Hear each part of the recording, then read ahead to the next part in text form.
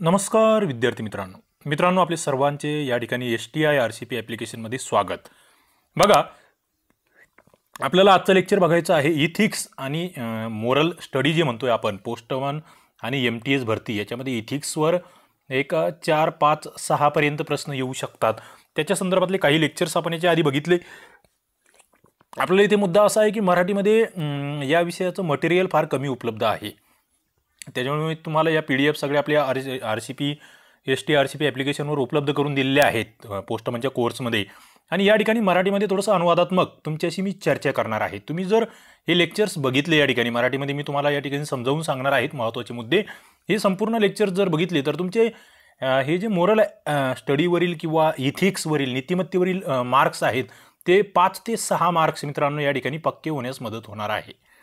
बघा, या ठिकाणी आपल्याला आजच्या लेक्चरमध्ये बघायचं आहे ते म्हणजे याचं बेसिक नेमकं काय आहे, याचं बॅकग्राऊंड नेमकं काय आहे, हा मुद्दा आपल्याला या ठिकाणी बघायचा आहे। इथे जर तुम्ही बघितलं तर आत्मिक आणि भौतिक दोन्ही स्तरावर जी प्रगती होत असते तिचा समावेश नैतिकतेमध्ये होत असतो। बघा, आत्मिक म्हणजे जे आपण मनोवैज्ञानिक ज्याला म्हणू शकतो, मानसिक दृष्टिकोनातून ज्याला म्हणू शकतो, ती प्रगती येते आत्मिकमध्ये।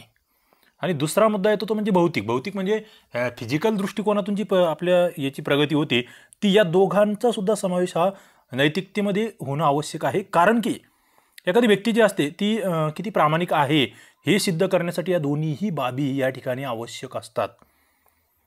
आणि या ठिकाणी जर तुम्ही बघितलं तर ही जी प्रामाणिकता आहे, बघा नैतिकता म्हणजे काय थोडक्यात आपण जेव्हा विचार करतो की बाबा नैतिक तो व्यक्ती नीतिमत्ता शून्य आहे असं एखाद्याबद्दल नाव ठेवलं जातं किंवा एखादी व्यक्ती खरोखर नैतिक आहे ती प्रामाणिक असली पाहिजे।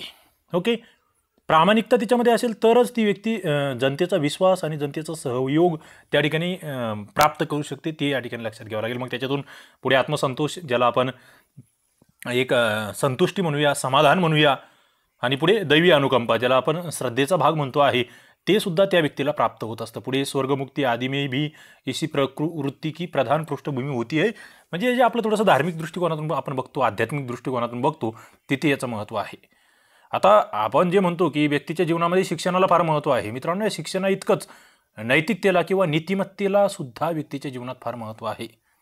कारण की नैतिक गुणांशिवाय मनुष्य जो आहे त्याचा सर्वांगीण विकास जो आहे तो शक्य होत नसतो।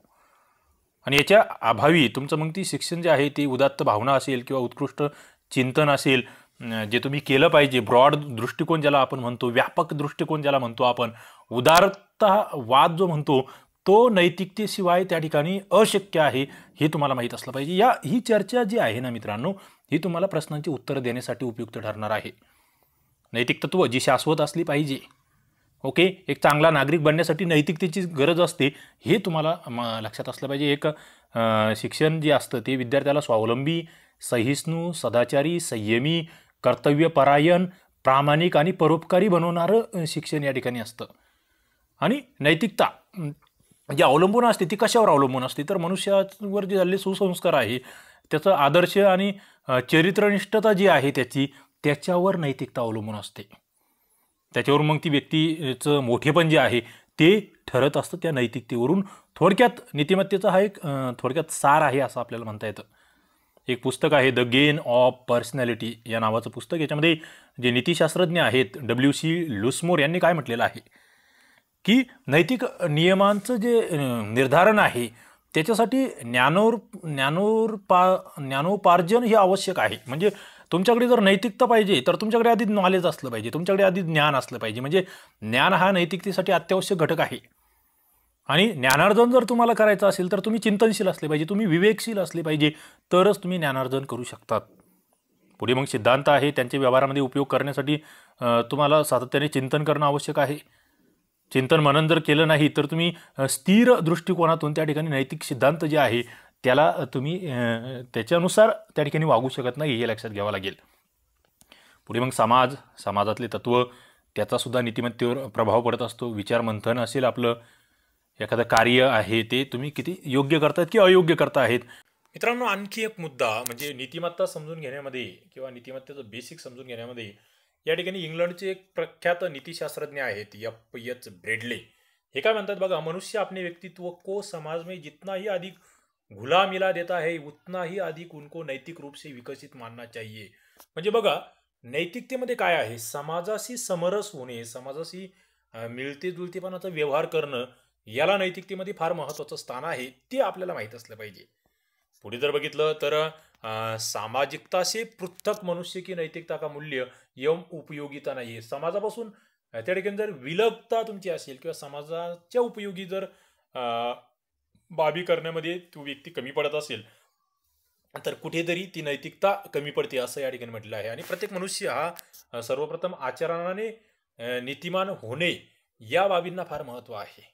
ओके, ते या ठिकाणी सांगितलेलं आहे. नैतिक जीवन का विकास करने के लिए संकुचित संकीर्ण नियम अथवा विचारधारा की अपेक्षा व्यापक उदार नियमों को अपनाना अधिक उत्तम है असं या ठिकाणी म्हटलं आहे. बघा, म्हणजे एक व्यापक उदारतावाद मला या ठिकाणी फार महत्त्वाचा वाटतो आहे. मग याच्यामध्ये आपला देश, धर्म, समाज याच्यामध्ये एक वेगळा व्यापकतावाद या ठिकाणी अपेक्षित आहे.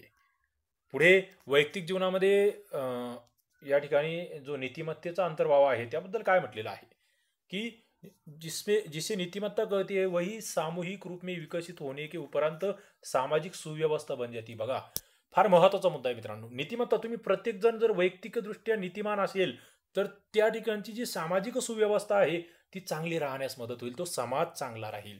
मग त्यामध्ये प्रगती असेल, समृद्धी असेल, सुख, शांती याची आधारशिला, याची पार्श्वभूमी ही त्या ठिकाणी तयार केली जाईल, हे तुम्हाला लक्षात ठेवावं लागेल.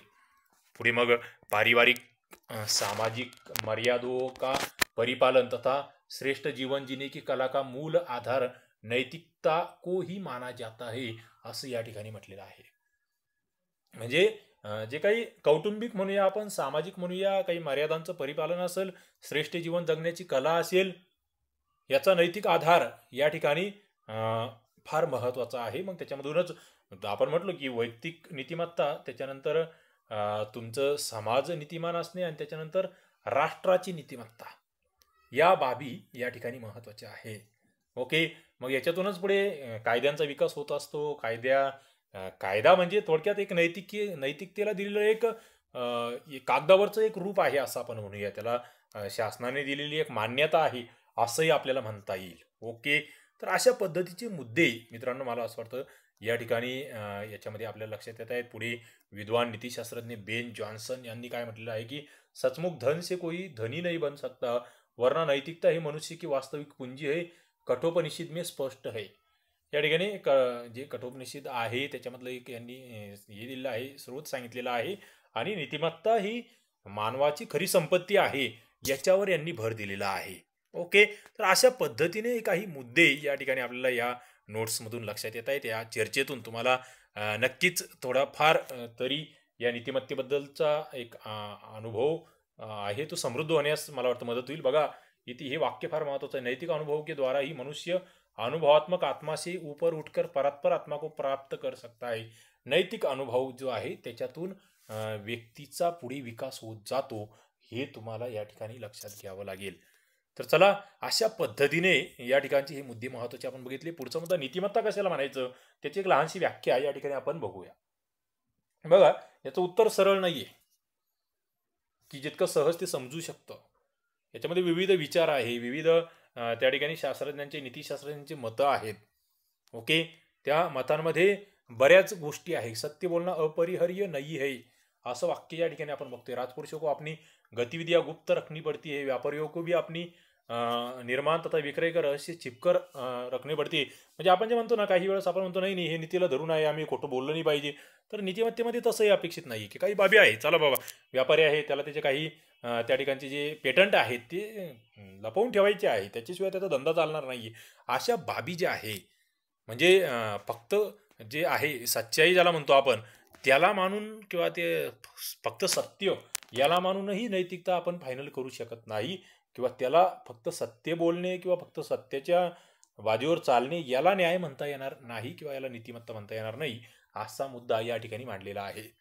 चला, आपण पुढील लेक्चरमध्ये आणखी या मुद्द्यांवर थोडी चर्चा करत राहूया. या ठिकाणी आपण थांबूया. धन्यवाद.